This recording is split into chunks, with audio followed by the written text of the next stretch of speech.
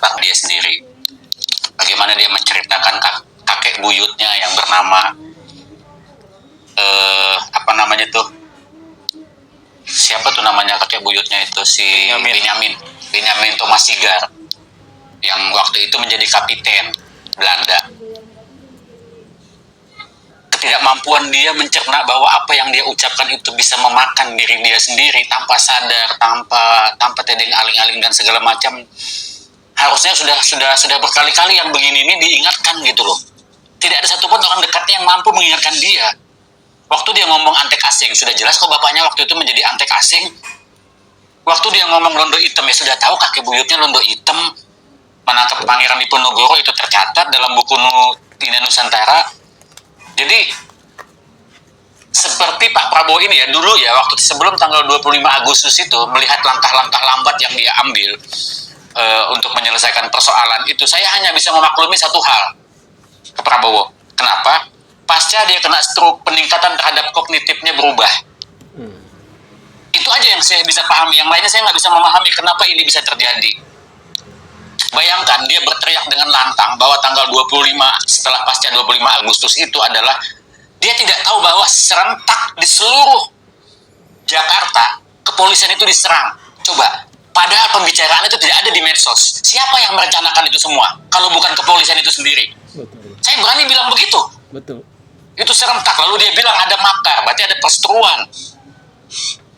Kemudian sampai hari ini dia tidak pernah tunjuk siapa yang makar itu, tapi dia berani umumkan. Artinya apa? Kok tidak malu ya mengatakan seperti itu, lalu curhat berkali-kali tentang itu, tapi tidak pernah menangkap. Ada antek asing nggak ditangkap. Jadi habis cara berpikir kita untuk memahami Prabowo itu. Betul. Nggak ketemu lagi. Apa yang bisa kita pahami tentang itu selain tadi ada penyakit kognitif bawaan pasca stroke, dan itu saya memaklumi kalau itu. Iya betul. Tapi kan pemuja-pemujanya yang hari ini memang mungkin punya sandaran politik, punya sandaran pekerjaan dan lain-lain, menganggap ya tadi Super Subianto strategi, ya kan, ini bagian daripada Sandi Yuda paling lu menyan. Sandi Yuda udah 2 tahun. Jangankan dia mau bicara pemberantasan korupsi seperti yang direncanakan, yang dihebohkan, yang membuat banyak orang terbuai. Di depan matanya dia, di zamannya dia, yang namanya Dadan itu bermasalah. Sudah bermasalah Dadan, diganti lagi sama Nani Isdayang. Saya pikir akan menyelesaikan ini semua. Nani Isdayang ikutan pusing, diganti lagi nih sama Sudaryanto. Iya. Dan semua yang dia ganti itu semuanya tidak kompeten di bidang gizi. Badan Gizi Nasional yang punya anggaran hari ini menjadi 223T, katanya akan dipotong lagi setengahnya. Artinya apa? Penyelesaian demi penyelesaian, bukannya menyelesaikan lalu dapat solusi, menyelesaikan nambah masalah baru. Setiap dia mau bikin menyelesaikan masalah, pasti nambah masalah baru. Itu, Bang. Jadi cara tercepat untuk Prabowo dan Indonesia ini agak damai sedikit adalah apa? Prabowo jauhkan dari mic. Dah, itu aja. Makasih. Oke, terima kasih Bang Efdal. Silakan Bang Will, closing statement.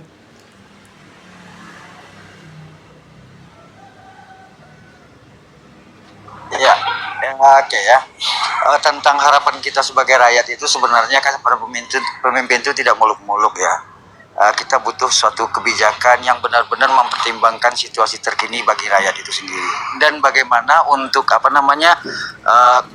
kesejahteraan yang didapatkan oleh rakyat itu sendiri. Kan itu amanat undang-undang yang dibebankan untuk presiden itu. Sampai hari ini saya lihat ya kan ke arah situ pemikiran Prabowo ini nggak ada gitu loh. Kalau ada pun gitu loh kan, mana kebijakan gini loh, maksudnya kan yang contohnya mendirikan suatu gubernur di dalam dunia sendiri rakyat, bukannya membangun sekolah yang baru dibikin sekolah rakyat, sekolah gaib apalah kalau dianggap itu mah ya kan. Artinya sekolah yang diperbaiki ini sekolah gaib itu namanya, nggak tahu lah dari mana apa isinya nanti kalau dalam militer semuanya dilibatkan, serba militer semuanya. Jangan-jangan bikin kampus baru itu untuk kampus militer, kita nggak tahu kan. Saya lihat apapun KDMP disisipkan militer. Ini benar-benar ya jangan-jangan Prabowo ini akan mengkudeta negara ini dengan cara kemiliterannya. Bisa jadi saya berpikir kayak itu gitu loh.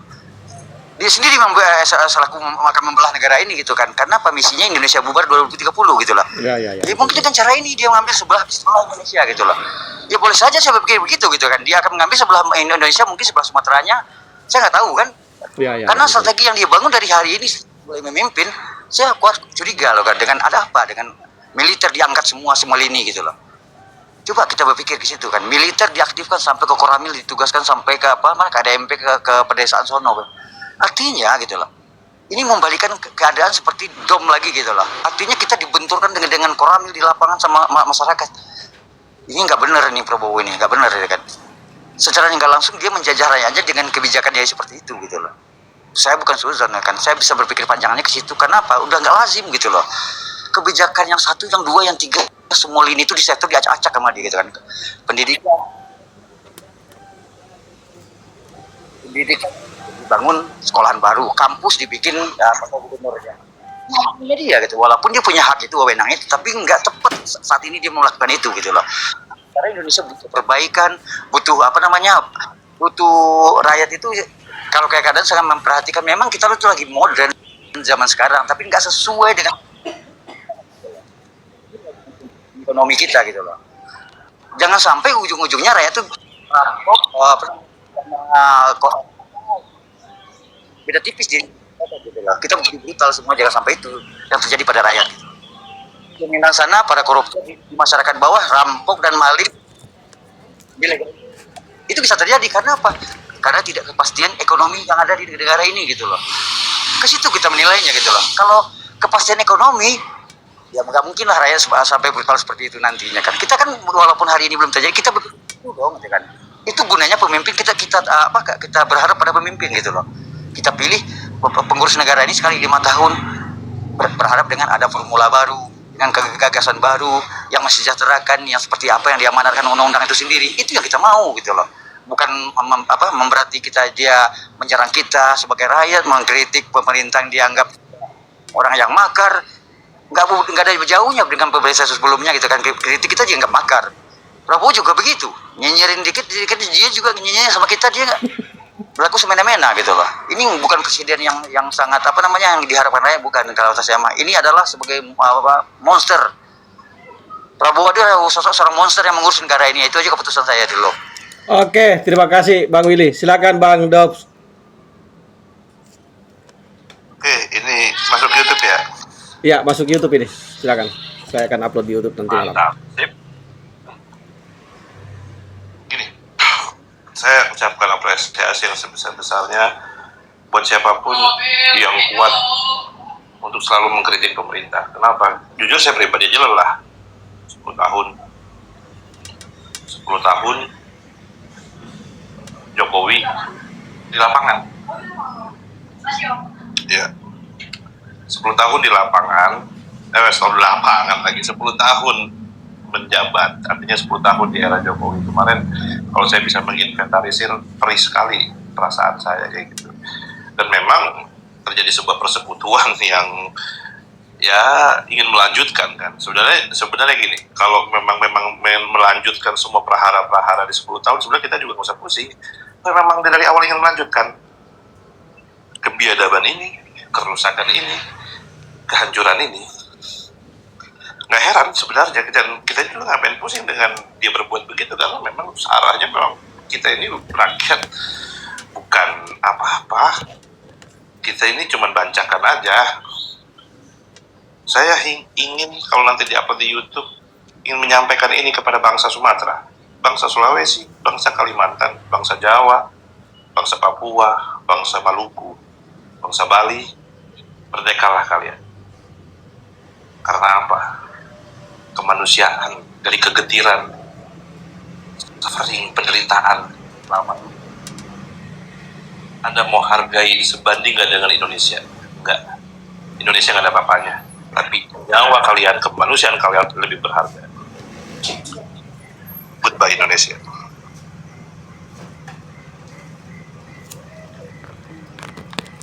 Oke, terima kasih Bang Dops ya. Terima kasih kepada semua narasumber yang ada di atas.